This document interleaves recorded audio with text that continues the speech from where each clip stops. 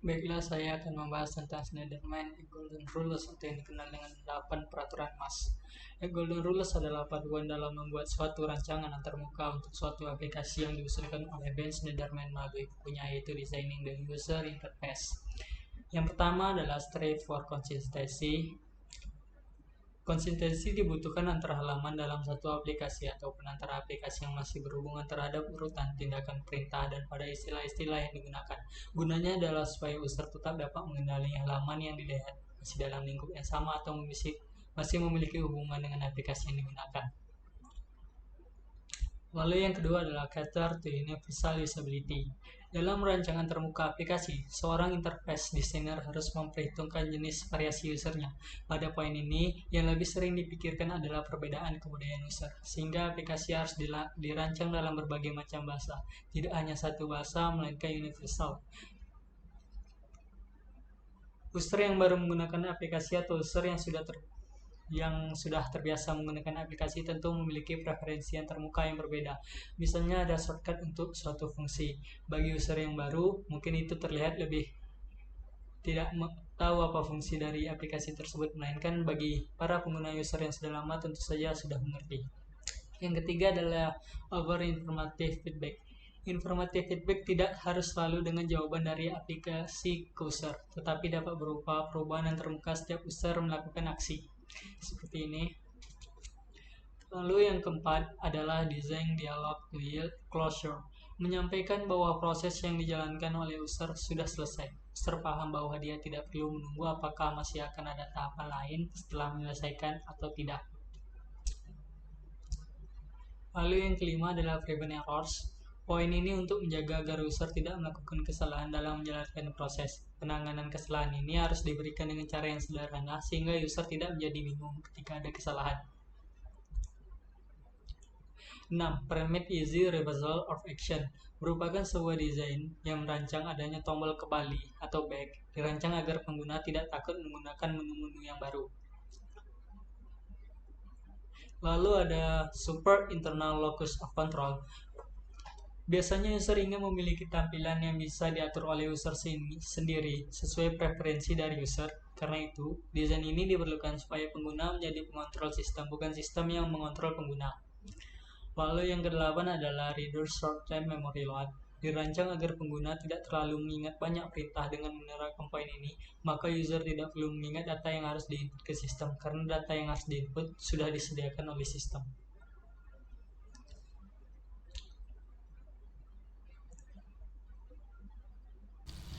Bismillahirrahmanirrahim. Saya akan menjelaskan tentang Norman Seven Principle. Untuk menilai interaksi antara manusia dan komputer, Donald Norman pada tahun 1988 mengusulkan 7 prinsip. Dia mengusulkan 7 tahap yang dapat digunakan untuk mengubah tugas-tugas sulit, yaitu yang pertama, knowledge in the word and knowledge in the head atau discoverability. Pengetahuan hanya bisa di dalam kepala karena pengetahuan membutuhkan pemahaman. Setelah dunia ditafsirkan, itu dianggap sebagai pengetahuan. Pengetahuan dunia mencakup setiap objek yang memiliki fitur fisik, contohnya seperti sebuah remote. Kita bisa menyentuh dan menghafal tombol-tombolnya di kepala, seperti gambar di samping. Yang kedua, simplify task structure atau signifier, menghilangkan atau merestrukturisasi kompleksitas, meminimalkan perencanaan dan pemecahan masalah yang dibutuhkan suatu tugas. Perhatikan psikologi pengguna dan batas memori, simpelnya sebagai penanda. Contohnya seperti label tombol yang memberitahu kita dengan tepat bagaimana tombol itu berfungsi. Yang ketiga, make things visible atau conceptual model, mudah untuk melihat apa yang terlihat, apa yang bisa dilakukan, dan apa efeknya. Tindakan harus sesuai dengan niat, sangat penting untuk membuat hal-hal yang benar terlihat sehingga user dapat mengerti. Contohnya, ada beberapa konektor USB yang hanya dapat dimasukkan satu arah, yang dapat bertentangan dengan harapan kita bahwa desain dapat dibalik. Yang keempat, get mapping right atau mapping, hubungan spasial antara kontrol dan komponen sistem atau objek yang mereka kontrol harus selangsung mungkin dengan kontrol dan objek itu sendiri atau memiliki hubungan analogis. Contohnya seperti kompor yang berbeda desain, seperti gambar di samping, yang atas memiliki instruksi dan yang bawah tidak memiliki instruksi sehingga membuat user bingung.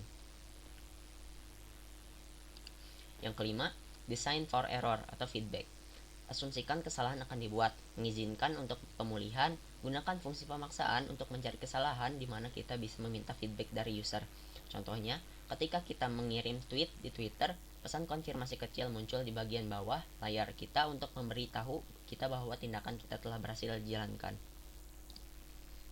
Yang keenam, explore the power of constraint, both natural and artificial atau constraint. Kurangi jumlah kemungkinan tindakan alternatif pada setiap langkah menjadi beberapa, atau idealnya hanya satu. Contohnya ketika pengguna dibebani dengan terlalu banyak konten, kita sering menyebutnya sebagai informasi yang berlebihan, formulir yang panjang, tata letak yang rumit, dan deskripsi yang banyak ditulis dapat meningkatkan gangguan dan beban kognitif.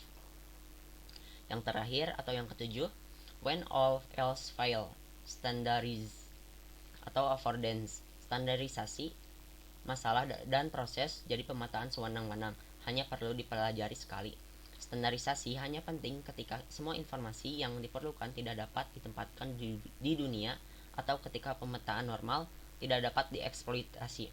Contohnya, ambil desain datar, user pemula mungkin tidak langsung mengerti bahwa elemen visual tersebut mudah dimanipulasi. Sekian dari saya, terima kasih. Baik, saya akan menjelaskan tentang Nielsen heuristic. Satu, ada visibility of system status. Desain harus selalu memberi informasi kepada pengguna tentang apa yang sedang terjadi. Melalui umpan balik yang sesuai dalam waktu yang wajar, ketika pengguna mengetahui status sistem saat ini, mereka mempelajari hasil interaksi mereka sebelumnya dan menentukan langkah selanjutnya. Interaksi yang dapat diprediksi menciptakan kepercayaan kepada produk dan juga merek. Contoh, indikator usability heuristic di pertama harus menunjukkan kepada orang-orang di mana mereka berada saat ini untuk membantu mereka memahami kemana harus pergi selanjutnya. 2. Match between system and the real world. Desain harus berbicara dalam bahasa pengguna. Gunakan kata, frasa, dan konsep yang akrab bagi pengguna, bukan jargon internal. Ikuti konvensi dunia nyata, membuat informasi muncul dalam urutan alami dan logis. Cara Anda mendesain sangat tergantung pada pengguna spesifik Anda. Istilah, konsep, ikon, dan gambar yang tampak sangat jelas bagi Anda dan kolega Anda mungkin asing atau membingungkan pengguna Anda. Ketika kontrol desain mengikuti konvensi dunia nyata dan sesuai dengan hasil yang diinginkan, lebih mudah bagi pengguna untuk mempelajari dan mengingat cara kerja antarmuka. Ini membantu membangun pengalaman yang terasa intuitif. Contoh usability heuristic. Ketika kontrol kompor cocok dengan tata letak elemen pemanas, pengguna dapat dengan cepat memahami peta kontrol mana ke elemen pemanas mana. 3. User control and freedom. Pengguna sering melakukan tindakan secara tidak sengaja. Mereka membutuhkan keluar darurat yang ditandai dengan jelas untuk meninggalkan tindakan yang tidak diinginkan tanpa harus melalui proses yang panjang. Ketika mudah bagi orang untuk mundur dari suatu proses atau membatalkan suatu tindakan, itu menumbuhkan rasa kebebasan dan percaya diri. Keluar memungkinkan pengguna untuk tetap mengendalikan sistem dan menghindari terjebak dan merasa frustasi. Contoh usability heuristic. Ruang digital membutuhkan keluar darurat yang cepat, sepertinya hal ruang fisik. 4. Konsistensi and standar. Pengguna tidak perlu bertanya-tanya apakah kata, situasi, atau tindakan yang berbeda memiliki arti sama. Ikuti konvensi platform dan industri. Hukum Jacob menyatakan bahwa orang menghabiskan sebagian besar waktunya menggunakan produk digital selain milik Anda. Pengalaman pengguna dengan produk lain tersebut menentukan harapan mereka. Gagal menjaga konsistensi dapat meningkatkan beban kognitif pengguna dengan memaksa mereka mempelajari sesuatu yang baru. Contoh usability heuristic. Check-in biasanya terletak di depan hotel. Konsistensi ini memenuhi harapan pelanggan. 5. Error prevention. Kesalahan pesan, kesalahan yang baik itu penting. tetapi desain terbaik dengan hati-hati mencegah terjadinya masalah sejak awal. Hilangkan kondisi rawan kesalahan atau periksa dan berikan opsi konfirmasi pada pengguna sebelum mereka melakukan tindakan. Ada dua jenis kesalahan, slip dan kesalahan.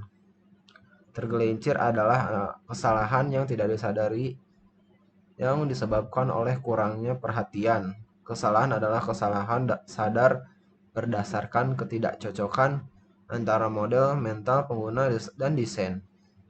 Contoh usability heuristic, guardrails di jalan pegunungan yang melengkung mencegah pengemudi jatuh dari tebing. 6. Recognition rather than recall, meminimalkan beban memori pengguna dengan membuat elemen tindakan dan opsi terlihat. Pengguna tidak perlu mengingat informasi dari satu bagian antarmuka ke bagian lain. Informasi yang diperlukan untuk menggunakan desain harus terlihat atau mudah diperoleh kembali saat dibutuhkan.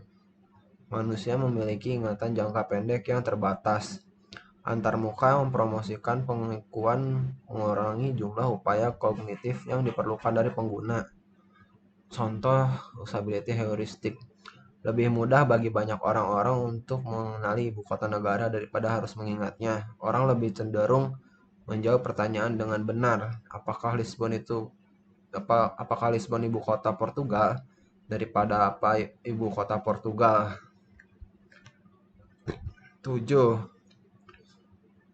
Flexibility and efficiency of use. Pintasan tersembunyi dari pengguna pemula dapat mempercepat interaksi untuk pengguna ahli sehingga desain dapat melayani pengguna yang tidak berpengalaman dan berpengalaman. Izinkan pengguna untuk menyesuaikan tindakan yang sering dilakukan. Proses fleksibel dapat dilakukan dengan cara yang berbeda sehingga dapat memilih metode mana yang cocok untuk mereka.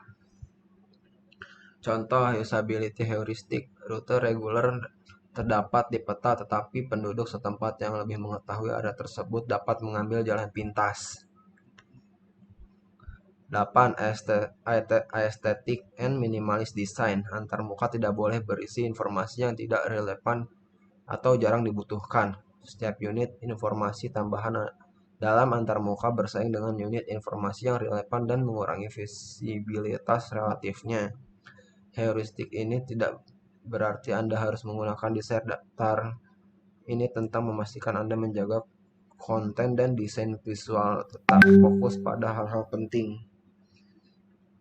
Pastikan bahwa elemen visual antarmuka mendukung tujuan utama pengguna.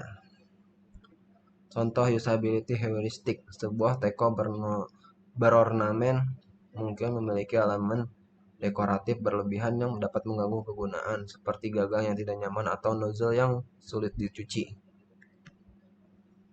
9. Help user diagnose and recover from errors. Pesan kesalahan yang harus diungkapkan dalam bahasa yang sederhana, tepat menunjukkan masalah dan secara konstruktif menyarankan solusi.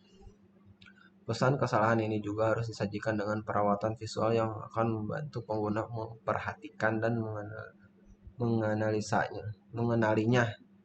Contoh usability heuristic, rambu jalan yang salah di jalan, mengingatkan pengemudi bahwa mereka menuju ke arah yang salah dan meminta mereka untuk berhenti.